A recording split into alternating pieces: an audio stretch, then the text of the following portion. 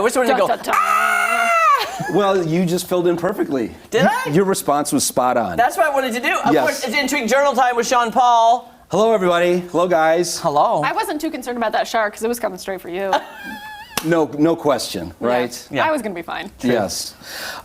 So I think Shark Week is coming up on Discovery Channel, big thing. And ironically, there's a ton of news about shark attacks in those. I don't know if you've seen it, but I'm here to report.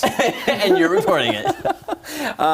So let's look at shark story number 1. Okay. And that would be shark attacks are on. We have a slide for that too, by the way, don't we? There we go. Okay, hey, I'm going to step news. over here so I can look at the All right. screen. Well, this is just kind of interesting. This is actually a story that broke in 1916 in New Jersey when a shark took out like 4 people in 2 weeks.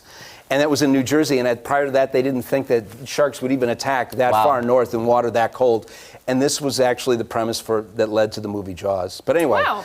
Okay. But let's talk about sharks in the news now. Shark story number 1 would be that shark attacks are on the rise in Australia. So far this year, there have been, is it 5 or 6? 5 fatal shark attacks.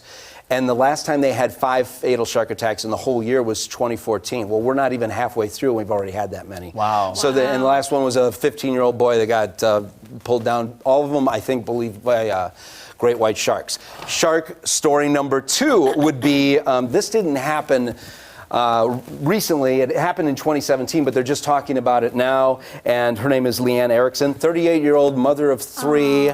She was swimming off a beach in Southern California, and she said when something grabbed her leg and started pulling her straight down, she knew exactly what it was.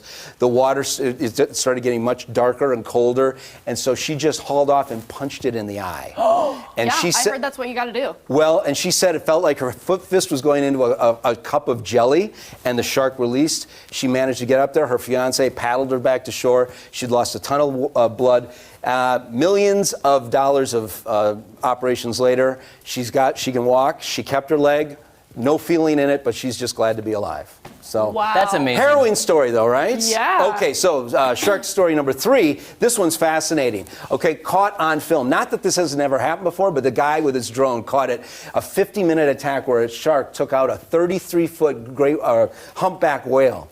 And the whale was on his own, probably not in the best of health. Shark came in and nailed it in the tail, let it bleed for about 15, 20 minutes, and then he came in and dragged it down and drowned the whale and took it out. This is depressing, Sean Paul. Not a feel-good story, but a fascinating. This is nature. This is the world we live in. Circle of life. There you go. Well done. Okay, so, but you know, sharks are. A lot of people say they're misunderstood. These great white sharks are completely misunderstood. And Yeah, I've heard that the sea is salty from the tears of misunderstood sharks.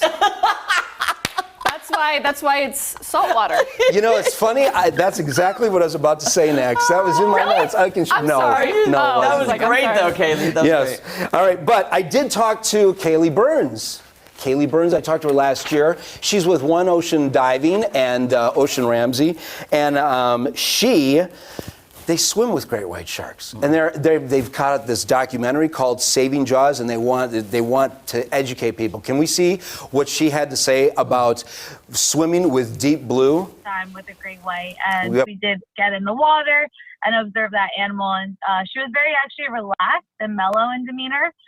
It would have been extremely hard to be bitten by this shark. I would have had to like put my arm down her throat in order for something like that to happen, because she was very large, very pregnant, and she's likely been feeding all night, so she was very full, and her movements were not quick at all. It would be very easy for us to get out of the way.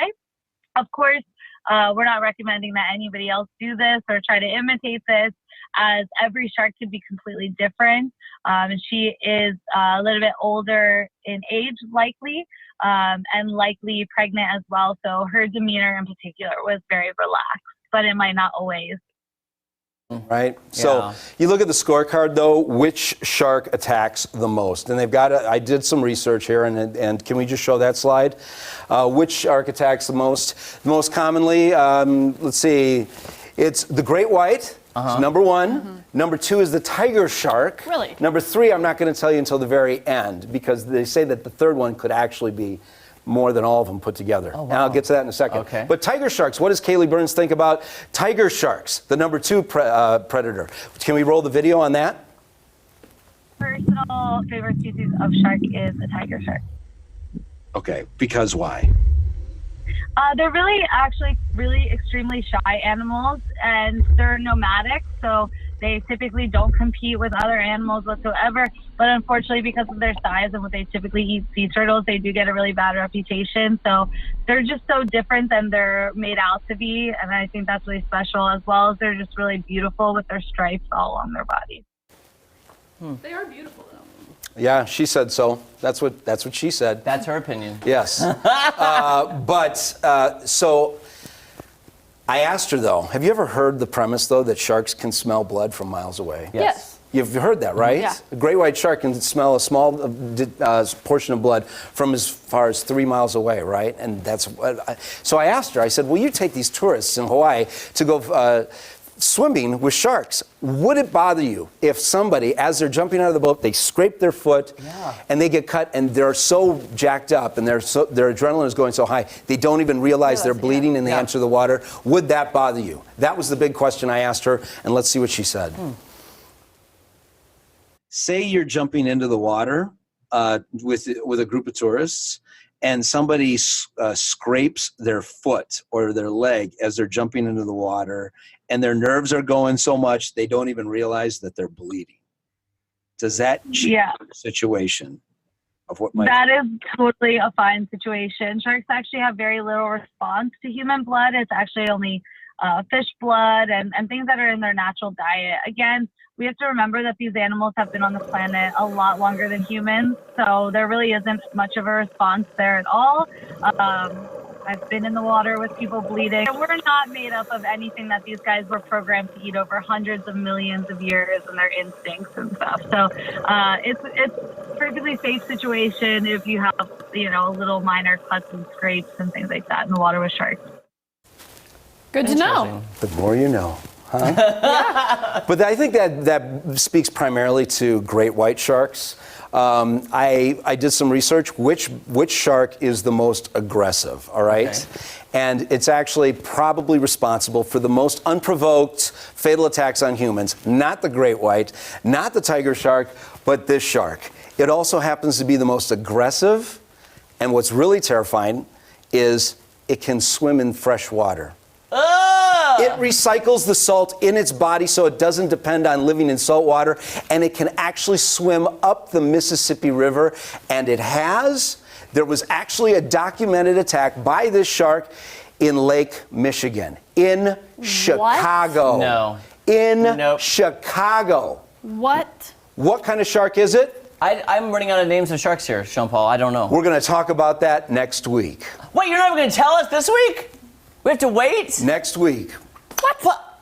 I know hammerhead sharks don't necessarily go for humans. Yeah, you know what? In my research, they didn't make the top 3 or 4 as far as being aggressive, but they look menacing. Yeah, that's the only other shark I can think of. I need to watch Shark Week because I'm running out of. can't even tell you another shark. Like I'm going. But on shark names. think about this. It's aggressive. Mm-hmm. It's responsible for probably more deaths than any other shark because this shark doesn't have the recognizable markings of a great white shark or a tiger shark.